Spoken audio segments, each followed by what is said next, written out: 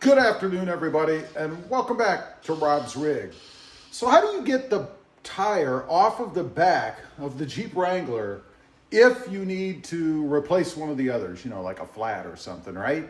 Now, you might think this is pretty easy, pretty intuitive, but if you don't know these things, you're going to be sitting out in the middle of nowhere, either during a snowstorm or a driving rainstorm or out in the middle of nowhere, wondering how do you get that damn tire off, because it's not quite that easy. It takes a few steps, I guess.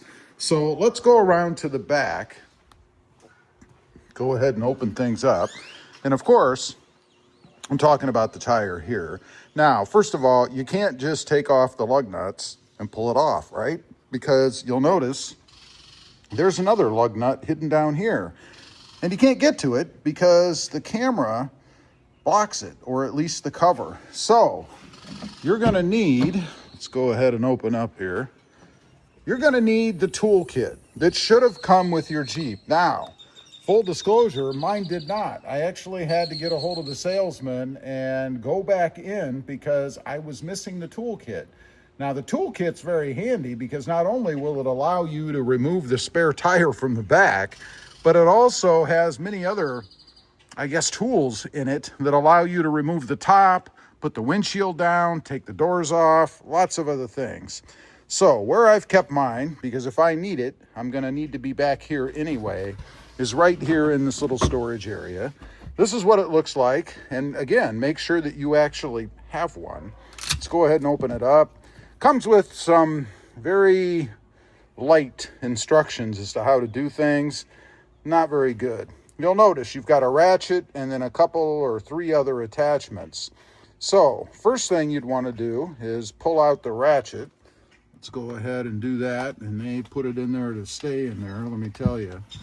So you see if I can get it out. There we go. There's your ratchet. And then you're going to need one of these keys, if you will. And it just fits into the ratchet. Pretty simple system, not complicated. And then we're gonna close the back here again.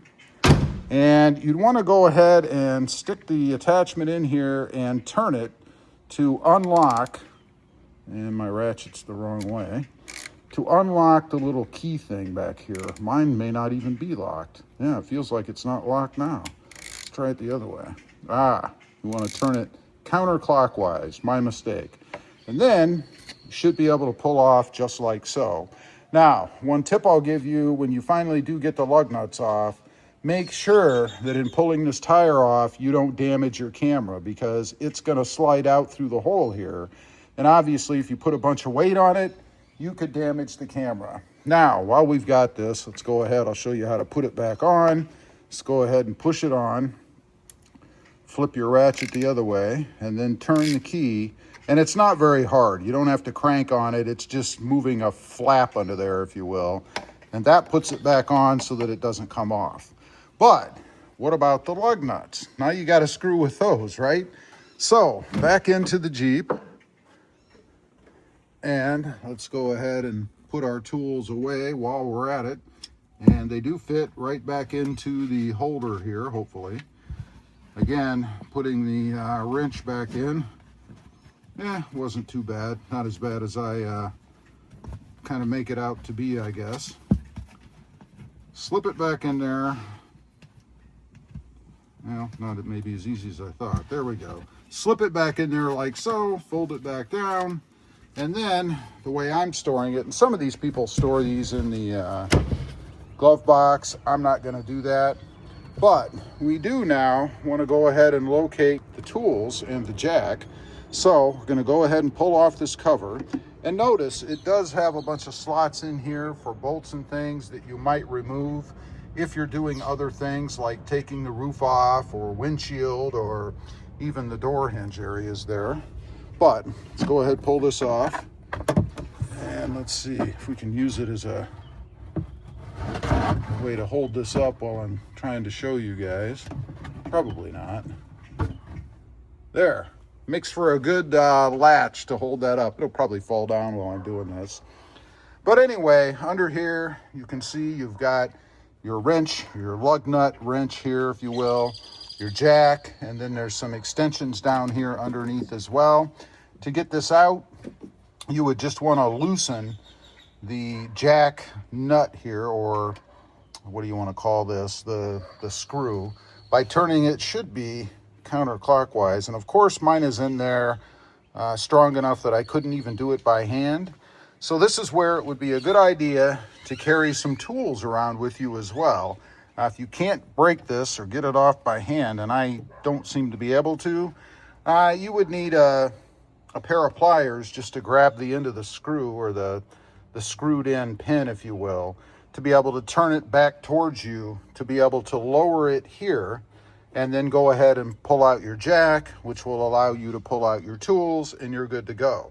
Now, once you have the lug nut wrench, if you will, out, and by the way, a good suggestion, I think, is to carry a collapsible T-bar. If you're not familiar with a T-bar, I'll put a quick picture up here. That just makes it easier to break the lug nuts free, particularly if they come from the factory. You gotta know they're on there really, really tight. I don't think they pay any attention to torque specs.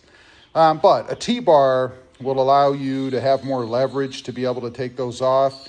And if it's collapsible, it stores in here easily. And I do have one around here somewhere. I'm surprised it's not in here, but anyway, you can just lay it down there inside this little storage area.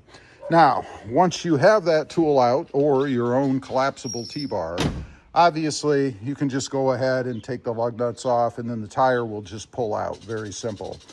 Now, one thing I do want to mention, these tires, especially if you've got the bigger off-road, mine are not huge, but they're big enough, are very heavy. So how the hell do you get them back on? Well, unless you're a He-Man or something, or much younger than I am, it's very difficult to do. And having just gone through a lovely hernia repair surgery, I had 3 of them, by the way, from doing things like that, I don't want to do that anymore. So it's best to have help if you've got somebody that can help you. If not, one thing that I've seen folks do to get tires up in the air anyway, you're not going to put it back on this way, is just to kind of bounce them and then throw it in the back of the Jeep until you're with somebody that can help you put it on. Or again, if you're a He-Man and you want to put it back on, I'm sure you can probably do it. Now, once you have it off, you could reuse, I guess, the lug nuts if you need to. They do appear on mine to be the same.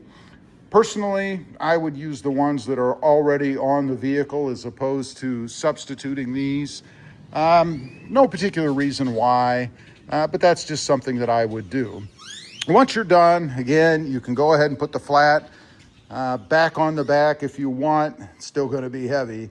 Or just throw it in the back until you get somewhere where you can have it repaired. And I suppose I'd probably do that as opposed to going through and putting everything back on. Why screw with that?